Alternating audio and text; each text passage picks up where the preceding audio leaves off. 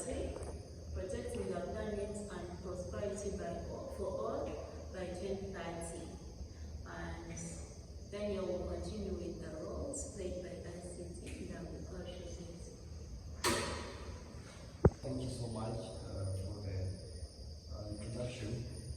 I'm going to talk about the roles played by ICT. The first point here is that access to market information. Now, when we talk about this, ICT has actually favored the farmers, meaning that they can easily access market information through the use of the apps, the use of smartphones, they can use computers, laptops, and they can easily access to prices from markets, and also access different markets for their produce. So still in this, we are saying that take for example the tomato growers in Wakiso district mostly use the apps like the Seco apps in ICT, in computers. They can also use the laptops to coordinate with other farmers from different parts of the country to sell their produce as well. So that's the role played by ICT towards that sector of making these farmers access markets in different parts of the country.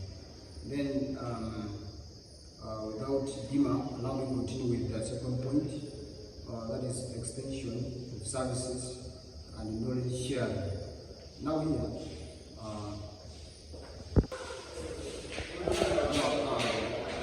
to emphasize on the point of extension of service and knowledge sharing, here ICT is doing much in service delivery and also knowledge sharing, in that it is training people through different organizations, like to pardon the point, the ICT still through different organizations like the NAS, the NGOs, have really done their best in training different farmers in the country and on how to control the pest and also how to manage the crop production. So by so doing, ICT has really focused so much on improving agriculture. Case in point, the farmers from Eastern Uganda take this chance from the NADS, that is the people responsible for agricultural production in the country. They can come around villages, they try to train farmers in different ways, different methods, how to control the pests in gardens, and also how to control their production, and also get access to that. So then, so such organizations have enacted on basically on training these farmers in research. So I would like to end here. Then I will invite one of my fellow colleagues to continue from these roles of ICT. Members, good evening once again. I'm continuing from where my colleague has stopped, and next one is data-driven making, decision-making and agricultural programs. Here ICT tools such as radios, WhatsApp, SMSs, they give farmers information on weather, markets and pests. Then the same tools, the government and non-government organizations, they use them to deliver agricultural programs such as seed distribution and training. For example, farmers in Ikava region, they listen to Voice of Kigezi FM and weather updates and governmental agricultural advice. Then some farmers, they receive SMS messages about NADS programs like free coffee seedlings, and others they use WhatsApp groups to share information on banana wheat and how they can control methods. Then we have the next point as financial inclusion and mobile banking. Here ICT tools through mobile money platforms. There I'm talking about the MTN mobile money and Airtel money. They help farmers receive payments safely, save money, and buy farm inputs without traveling to banks. And that's what I had. Any give my colleague a chance to also continue from where he has stopped. However, ICT has negative contributions to service delivery in agriculture, as discussed below. And these include tools, tractors, smartphones, and those apps. Such ICT tools are expensive, is hindering agricultural delivery. Limited digital literacy. Most farmers, for example, the farmers in villages like Mitiana, Karamoja, farmers don't know how to use the ICT tools, for example, the tractors, smartphones. Yeah, most farmers don't know how to use the apps, so farmers don't use the apps wrongly and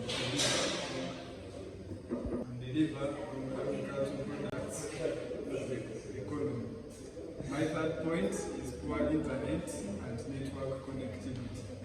Poor internet hinders agricultural products whereby people cannot use well the ICT tools, for example, smartphones. Smartphones do not connect well in areas where there is poor network and poor connectivity, hence hindering the functions of the ICT tools. My third point will be risk of misinformation. Farmers might receive misleading information from the ICT tools like the forecasts. They might receive poor information about weather and money-hungry developers who might develop apps that give them information on farming, like for example, on fertilizers. Yeah, and to conclude, I would like to conclude by introducing her to come and give us our way forward. Thank you for your contribution, and I'm giving the way forward. My first point is extending e-access and e-extension. In this, farmers easily get market prices through ICT tools and